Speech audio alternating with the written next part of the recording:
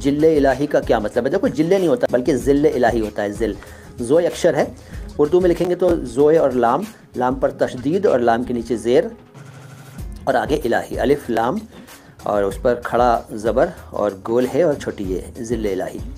ज़िल्ले इलाही का मतलब होता है ईश्वर की छाया। अल्लाह जैसे वैसे तो ईश्वर की कोई छाया नहीं होती है, देखो शब्द अपने आप में गलत है टेक्निकली।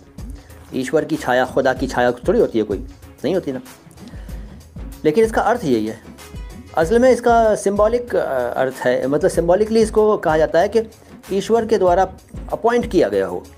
बादशाहों को कहा जाता था ज़िल्ले इलाही। फिल्म मुग़ल आज़म में आपने खूब सुना होगा, ज़िल्ले इलाही अकबर को कहा गया है उस फिल्म के अंदर। तो शाब्दिक अर्थ है ज़िल मतलब छाया, ठीक है। और विज्ञान को उर्दू में क्या कहते हैं? सुहेल अली। देखो विज्ञान कुछ नहीं होता, विज्ञान होता है वे। देखो ब अलग है, वे अलग है, वे। सुहेल अली विज्ञान होता है, विज्ञान को साइंस ही कहते हैं। विज्ञान के लिए उर्दू में साइंस चलता है। देखो भाई, सीखने सिखाने का सिलसिला तो पेशेंस के साथ चलता है, जल्दबाजी से नहीं चलता। आपका शुक्रिया और सबका शुक्रिया।